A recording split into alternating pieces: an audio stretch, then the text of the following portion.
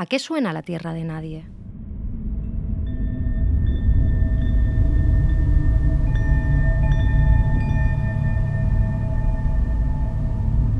Poca gente lo sabe, pero existen 2 banderas negras izadas en los puntos más extremos de la Tierra. Las colocó hace 10 años el artista Santiago Sierra. Una está en la latitud 90 del Polo Norte. La otra se izó en la latitud 90 del Polo Sur, en la Antártida. Las banderas siguen allí, ondeando sobre un océano blanco de hielo. Forman parte de Black Flag, una instalación con la que el artista dio la vuelta a ese acto imperialista de plantar una bandera, convirtiéndolo en un gesto anarquista. Para Sierra, la bandera negra representa a los que no se identifican con ninguna bandera. Es la bandera de los que no tienen bandera. Si se fue a los confines del planeta para izarlas, fue para hacer visibles 2 de los escenarios que sufren con más virulencia el cambio climático y los reequilibrios geoestratégicos del mundo. Cuando esa instalación se exhibe en museos, Sierra muestra la foto del Polo Sur invertida para denunciar la lectura eurocéntrica del espacio.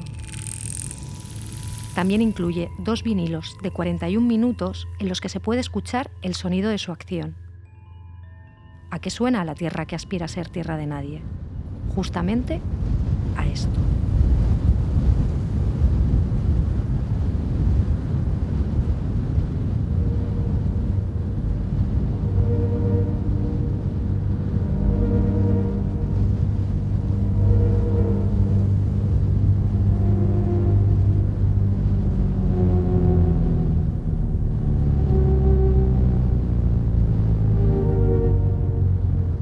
Nos hicieron creer que la tierra de nadie es el terreno situado entre 2 fuerzas armadas en combate, uno que ninguna de las 2 ocupa permanentemente. En el imaginario bélico, el no man's land es el absurdo espacio de la trinchera. Por lo contrario, las banderas negras de Sierra nos transmiten la sensación de un lugar ambiguo, anómalo, indefinido. Aquí no se divide ni se enfrenta poder para unos pocos. No estamos aquí, ni allí. El objetivo es construir algo nuevo. Para Santiago Sierra, la tierra de nadie suena a tierra de todos.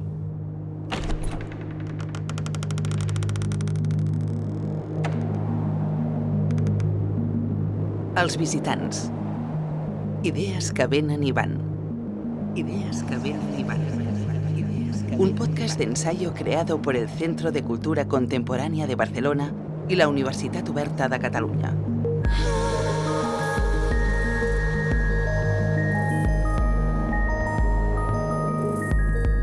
Con la voz y el guión de Noelia Ramírez y ambientación sonora de Laura Romero.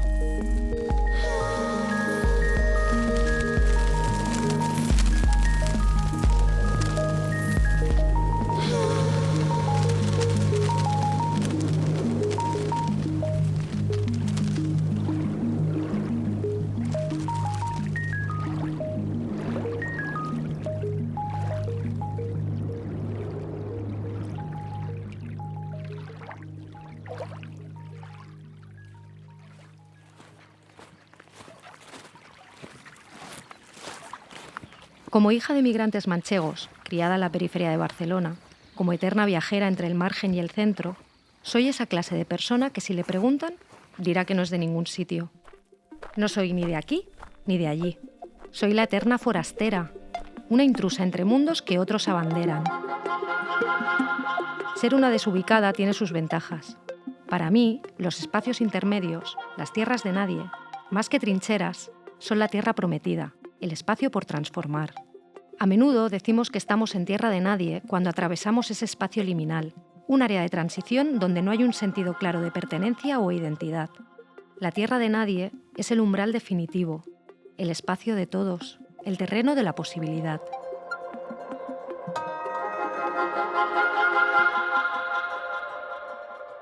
Así lo siente Eliane Brum, la segunda visitante de este podcast. Esta periodista, novelista y documentalista brasileña compartió su pensamiento y trabajo en la Amazonia en una residencia de 3 meses en el Centre de Cultura Contemporània de Barcelona. En 2017, Brum decidió alejarse de la manera de ver el mundo en el que se crió. el de la identidad política y racial blanca, para irse a vivir a la Amazonia. Quería contárnosla de forma distinta, narrarla como la tierra de todos, esa de la que nadie puede apropiarse. ¿La Amazonia como periferia del mundo? De eso nada. Durante su residencia, Brum nos recordó que ese es y debe ser el centro del mundo, porque es allí donde está la vida.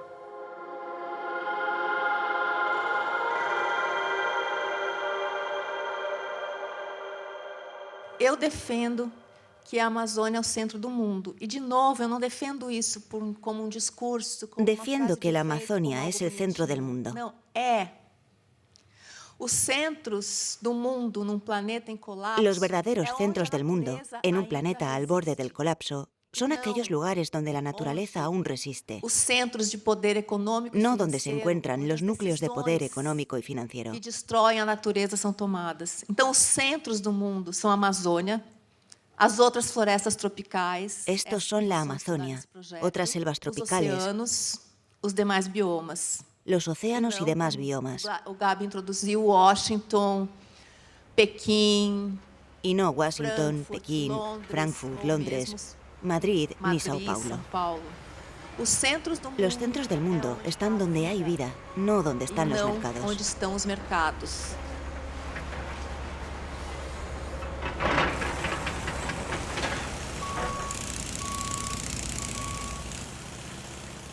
Brum cree que Nueva York o Londres, esas ciudades de los mercados, son lugares de silenciamiento, cementerios de cemento, una camisa de fuerza que ha expulsado a la vida animal y a las plantas. Por eso se instaló en Altamira, una ciudad en el corazón de la selva amazónica.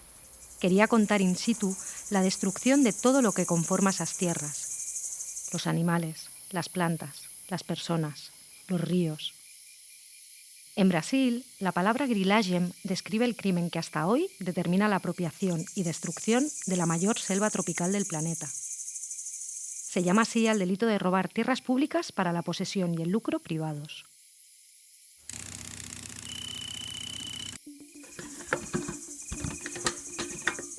El grileiro, el ladrón de la tierra de todos, ponía los documentos falsos de propiedad en una caja con grillos. Los excrementos de los insectos oxidaban rápidamente el papel, que cobraba el tono amarillento y herrumbroso que naturalmente tardaría décadas en adquirir. De esta manera, con esos documentos falsos que parecían antiguos, reclamaban la propiedad de las tierras. La llegada de la extrema derecha de Jair Bolsonaro devolvió la impunidad a esos ladrones de la tierra de todos. En Brasil también existen las zonas muertas, lugares asfixiados por la acción depredadora del hombre blanco, como las historias que cuenta Brum en el Xingu, un afluente del Amazonas que ha visto cómo sus universos y tierras se asfixiaban por la construcción de un embalse para la industria hidroeléctrica del Brasil.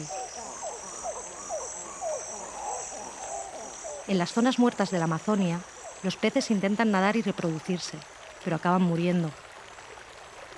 Donde no hay río, dice Brum, todo desaparece.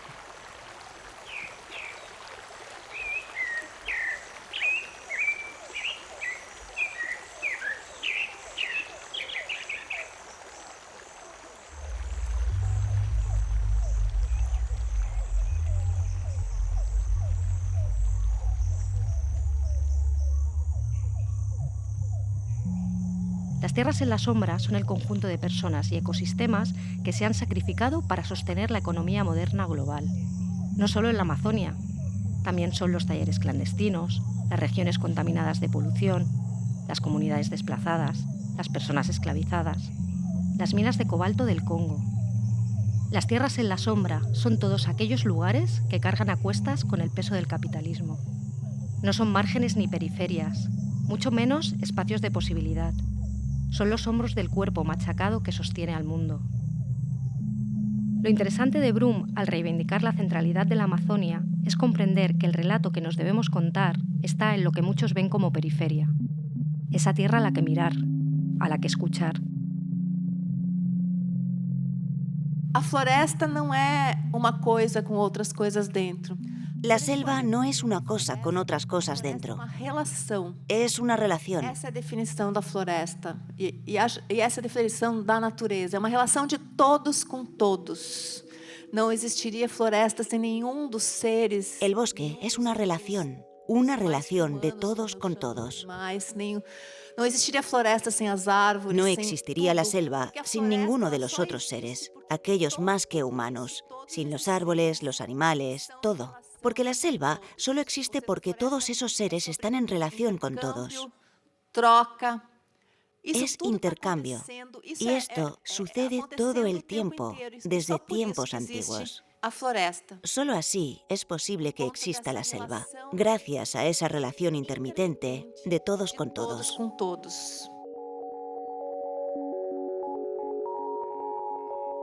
Los pueblos indígenas no se ven a sí mismos como dueños del bosque. No pertenecen al bosque, son el bosque, son la naturaleza. A diferencia de nosotros, no mantienen una relación jerárquica con los demás seres. El ser humano no está en el centro de todo. Más bien, forma parte de ese todo, que está en constante intercambio e interacción.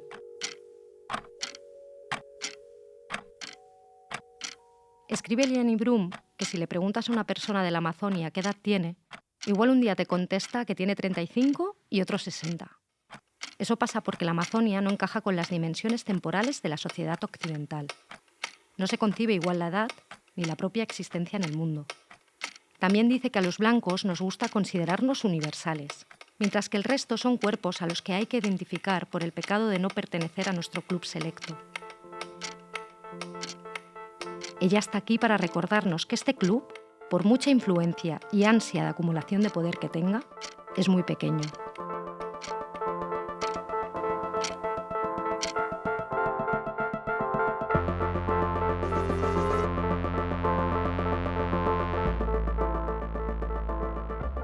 Con sus investigaciones, la brasileña cuestiona los pilares de nuestro centro de gravedad, más vulnerable de lo que creemos, exponiendo las fallas de aquello que sostiene nuestro ideal de vida.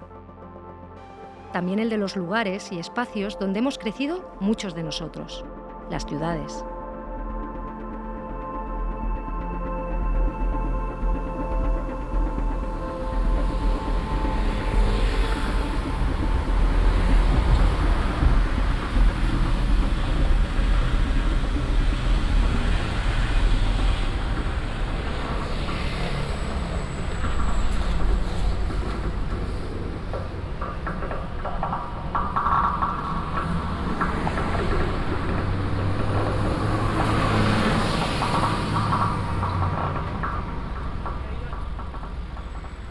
De niña nunca lo pensé, pero cuando crecí y me di cuenta de que para el resto yo no era centro, sino periferia, comprendí que mi barrio en el extrarradio de Barcelona también había sido, a su manera, una tierra en la sombra.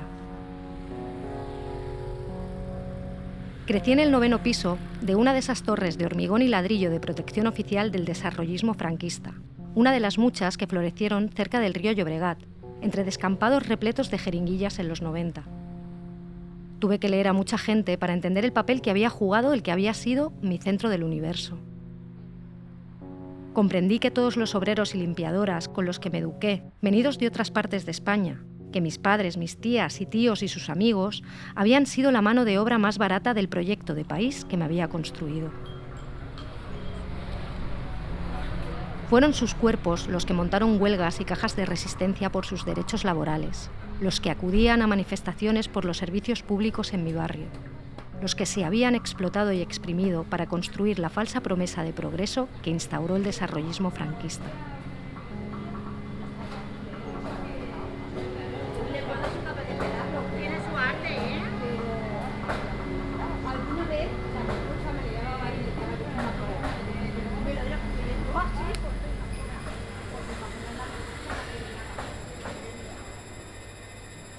Brum contó a la periodista Leticia Blanco que no le gustan las ciudades porque son un lugar de silenciamiento del que hemos expulsado a los seres vivos no humanos, que quedan infiltrados como las ratas, las cucarachas, las bacterias que nos habitan y algún que otro mosquito, pero no hay vida. Las ciudades, según defiende, son lugares de violencia. Hoy mi barrio no es el mismo que en el que me crié. Donde antes solo había arena y coches, la lucha vecinal consiguió guarderías, colegios públicos y plazas para jugar. ¿Qué ciudades queremos construir? ¿Cómo hacer habitables los hombros que sostienen al progreso? ¿Cómo podemos hacer para que nuestras ciudades no sean lugares de violencia? Para encontrar respuestas y nexos entre el urbanismo y los cuidados, Queralt Arumí, coordinadora de este podcast, me recomendó contactar con el antropólogo Tomás Criado. Él estudia el urbanismo accesible y se pregunta cómo podemos generar una arquitectura multiespecie.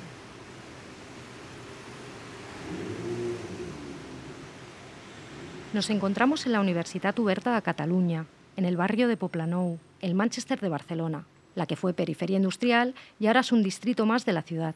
El encuentro se produce una mañana de julio abrasadora. De ahí el zumbido constante del aire acondicionado de nuestra sala, porque afuera el asfalto bullía.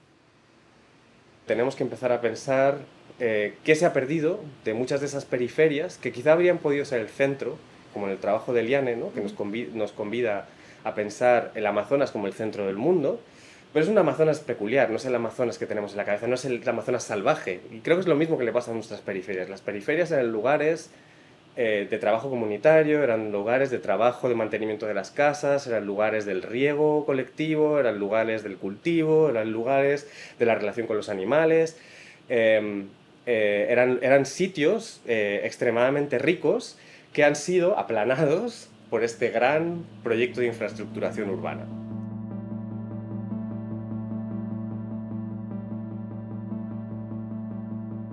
Todas esas infraestructuras que pretendían hacer la vida más fácil en las periferias, conectándolas con las mismas carreteras y asfalto que ordenaban el centro, todo eso se ha convertido en una jaula de oro para las vecinas. Y esto ha generado y está empezando a convertirse en una jaula de oro extremadamente problemática. Olas de calor o eventos extremos de calor, que es la denominación técnica que se utiliza ahora, cada vez más acuciantes. Una ciudad que estaba hecha para la perfección de un determinado sueño de progreso a través de la infraestructuración que se convierte en nuestra gran trampa. Europa es más sutil que los grileiros escondiendo la violencia y la explotación del territorio. Pero tampoco se salva. En España, mi generación vive la resaca del urbanismo franquista. A partir de los años 60, la fiebre constructora del desarrollismo lo engulló todo. Esa fiebre llevó polígonos industriales y residenciales más allá de la ciudad consolidada, instalándola en zonas inundables que hoy son engullidas por lluvias torrenciales, tormentas que la crisis climática vuelve más virulentas, como pasó en Valencia. Aquí, el río le reclama su lugar a la ciudad. Esa expansión también perjudicó al delta de Llobregat, cerca de donde yo crecí, y fue el tejido vecinal quien lo denunció. Hasta 1972 no se pudo legalizar la Asociación de Vecinas de mi barrio, Canvidalet, que se aliaría con los barrios de La Florida y Pubilla Casas para poder reclamar una tierra habitable, alumbrado público, parques, más zonas verdes. Las vecinas querían dejar de vivir en la tierra en la sombra. Por eso me interesa la fantástica conexión animal y el poder de las mujeres luchadoras que hace la urbanista Reyes Gallegos. Yo llegué hace 50 años al barrio de la Oliva y estrené el piso. Un barrio que estaba pelado. No tenía nada, no tenía ni hierba. Lo que había era tierra y fango si había llovido. Gallegos ha dirigido Ellas en la ciudad. Cerca del aeropuerto, es que aquí no hay nada. Un documental sobre el poder y la lucha política de las vecinas del extrarradio sevillano durante el posfranquismo. Aquellas que, como las de mi barrio, salieron pidiendo guarderías, parques, mercados y conexión con la ciudad que veían como el centro. ¿Qué quiere que diga? Y las mujeres se crecieron aquí. Luchando en la calle, yo me empoderaré, mi casa. El trabajo de Gallegos nos invita a desechar la idea de que si te imaginas una protesta vecinal, lo primero que te venga a la cabeza es un hombre con una pancarta. Su labor es reconocer, dejar archivo de todo lo que han conseguido esas luchadoras a las que conoció mientras realizaba un estudio urbanístico sobre la periferia sevillana. Como yo diagnosticaba, digamos, el soporte era tan gris, tan hostil, con tanto asfalto, tanto hormigón, hacía tanta calor, tan poco mobiliario urbano, tan poca sombra, y de pronto aparecían las voces de estas mujeres, y además la mayoría van vestidas de flores, y bueno, con esos carritos, con esos saludos, que pues se paraban por la calle o que iban al mercado. que se preguntaban las unas a las otras, ¿no? Entonces, que limpiaban la acera con música detrás cantando, que era una cosa, o estaban regando las macetas de una fachada que desde mi punto de vista era horrible, y de alguna manera ellas las han transformado, ¿no? Las han hecho lugares habitables. Entonces todo esto para mí al final se acababa convirtiendo en esas luciérnagas, esas lucecitas que iban iluminando ese espacio tan hostil, ¿no? Tan oscuro. Y aunque a veces ni lo pensemos, el cuerpo de la mujer, ese tan machacado sin importar dónde esté, también puede ser la metáfora de la violencia sobre el planeta. Reyes habla de mujeres luciérnaga. Se agarra a esa figura retórica, a ese símil, para unirnos en un mundo que insiste en aislarnos y dividirnos. Pero George Lakoff también nos advirtió de que las metáforas pueden matar, y no sorprende que sea el cuerpo de mujer el que haya servido como metáfora de la violencia sobre el planeta. Aquí se encuentra la selva virgen más extensa e intacta del mundo, en el llamado Macizo Guayanés, al sur de Venezuela, por los bosques galería hacia la selva virgen lejana. Los bosques galería rodean a los ríos, al gran sistema fluvial del Orinoco. Baupés es la magia de la Amazonía. Aquí habitan 25 etnias indígenas esparcidas por el departamento. Algunas de ellas... Un paraíso en medio de la selva virgen. Una vista impresionante al amanecer y atardecer. El disfrute. Un equipo de científicos británicos identifica una selva virgen en la cima de una montaña africana. Las selvas son restos del paraíso terrenal tras el pecado ecológico de la humanidad. Los ríos, únicas vías naturales de comunicación dentro de la selva virgen, demarcan el territorio. Para realizar una serie de películas sobre los animales, sobre las plantas y sobre los hombres primitivos de las selvas vírgenes. Solamente gracias a un perfecto montaje.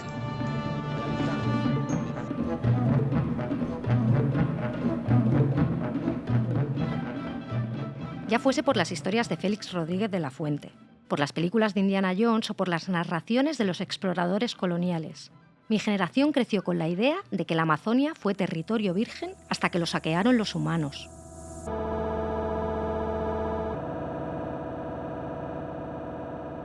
Una de las metáforas populares que más problematiza a Eliane Brum es la de la selva virgen.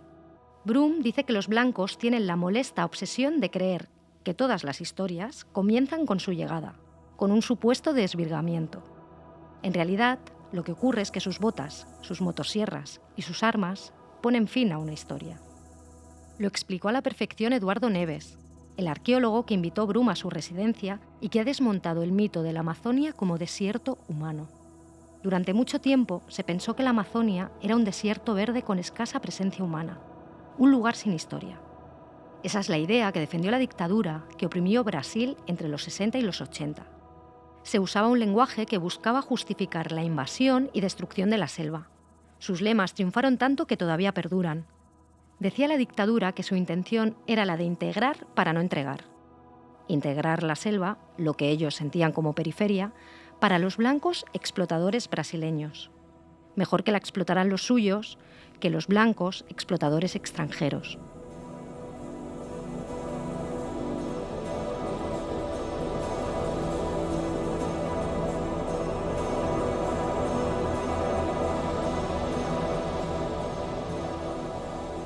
Eliane Brum ha detectado que, lejos de desaparecer, la visión de la selva como un cuerpo que puede ser explotado y expoliado se fortaleció con la llegada de Bolsonaro. No es casualidad que sean los movimientos reaccionarios los que refuercen esa idea ignorante de desvirgar a la selva.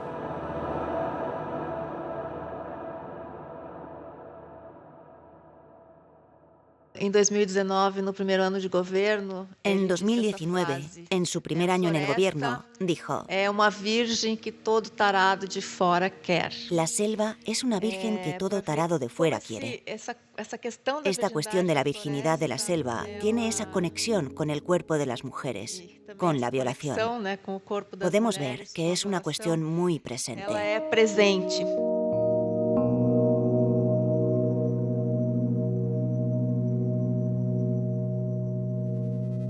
Bolsonaro dijo públicamente en 2019 que Brasil es una virgen que todo tarado extranjero desea.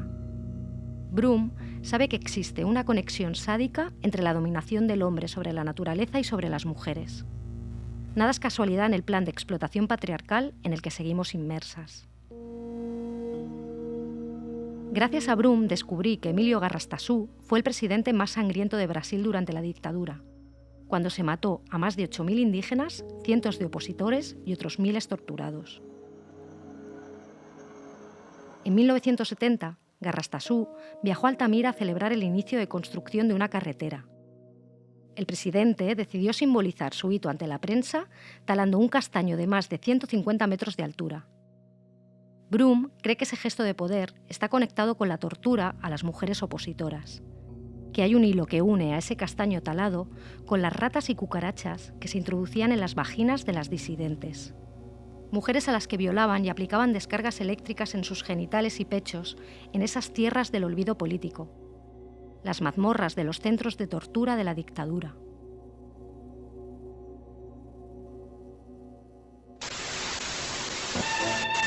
Na arrancada histórica para a conquista e colonização do gigantesco mundo verde da Amazônia, fica pronto, depois de 20 meses de trabalho, o primeiro grande segmento da Transamazônica entre o Tocantins e o Tapajós. En TikTok encontré el archivo de la noticia de la inauguración de esa carretera. Antes de talar ese nogal de más de 150 metros de altura, en el clip se puede comprobar cómo el dictador Garrastazu planta una bandera gigante de Brasil junto a la vía. La demostración de poder definitivo, el gesto delimitador de posesión y control de nuestro tiempo que busca acabar con esa tierra de todos de Santiago Sierra.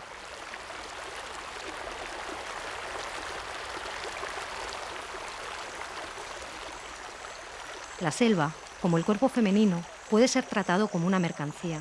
Por eso tiene lógica que sean las mujeres las que mejor están respondiendo a la explotación de la tierra.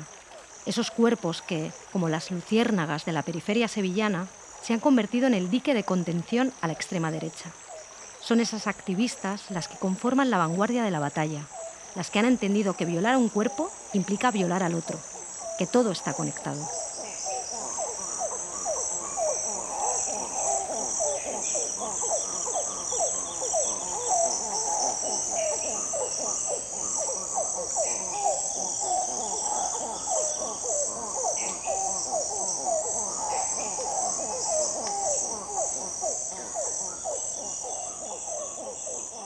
Nos fuimos en un momento donde nos prohibieron las movilizaciones a decir que no queremos explotación.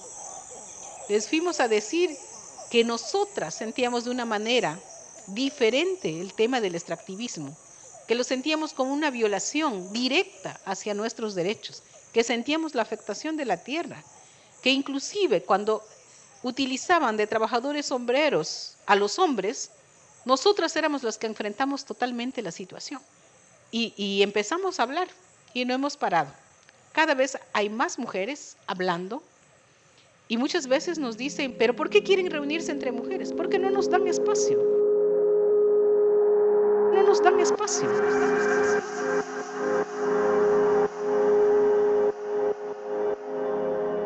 Qué geniales son las declaraciones que escuché a Patricia Hualinga, la activista climática y por los derechos de las mujeres de la selva amazónica del Ecuador, invitada por Brum en el CCCB. La energía de Hualinga no solo confirmó la importancia de una mirada interseccional, de un feminismo más amplio y complejo. También me llevó a pensar en lo bien que nos iría que la voz de Patricia inundara TikTok y nuestros Reels de Instagram, que nos guiara para derrocar esa cosmovisión que coloca la blanquitud en el centro. Qué genial sería tener a millones de personas mirando su teléfono y entendiendo que todo está conectado, que sus normas y privilegios ya no funcionan y que en esa frontera que ella nos propone traspasar está el camino de la responsabilidad colectiva para construir, más que futuros, presentes en la tierra de todos. ¿Cómo hacemos para luchar por eso? Primero, hablarlo, no considerarlo un tabú o algo ajeno. Y segundo, muchos dicen, ¿cómo siento si estoy en la ciudad? Yo dije, estás interconectada. Posiblemente la plantita que sigue en tu jardín está tan conectada que está alimentándose de algún lado y sintiendo esa energía. Estás interconectada. Posiblemente el pequeño bosque que está por ahí también está tan conectado. Y se siente esa interconexión. ¿Cómo luchar por eso? Es que es una lucha por la vida. Ahorita no es pensar tan racionalmente y decir es que esta es la absoluta verdad. Yo creo que hay que traerse y abrir, romper esos paradigmas que nos enseñaron en las escuelas, en los colegios y en todo, y empezar a sentir la naturaleza. Y se siente. La naturaleza es tan generosa que es maestra por sí misma y tiene la capacidad de enseñar. Y si te enseña, tienes la capacidad de aplicar, independientemente del lugar que estés. Tienes la capacidad de sentir, tienes la capacidad de conectarte, porque tú eres naturaleza. Tu cuerpo es naturaleza. Tu sangre es naturaleza. Tú eres naturaleza. Tu cuerpo es naturaleza. Tu sangre es naturaleza. Tienes la capacidad de sentir. Estás interconectada.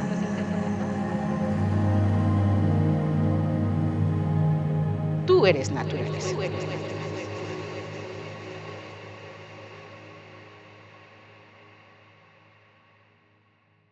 Tu cuerpo és naturalesa.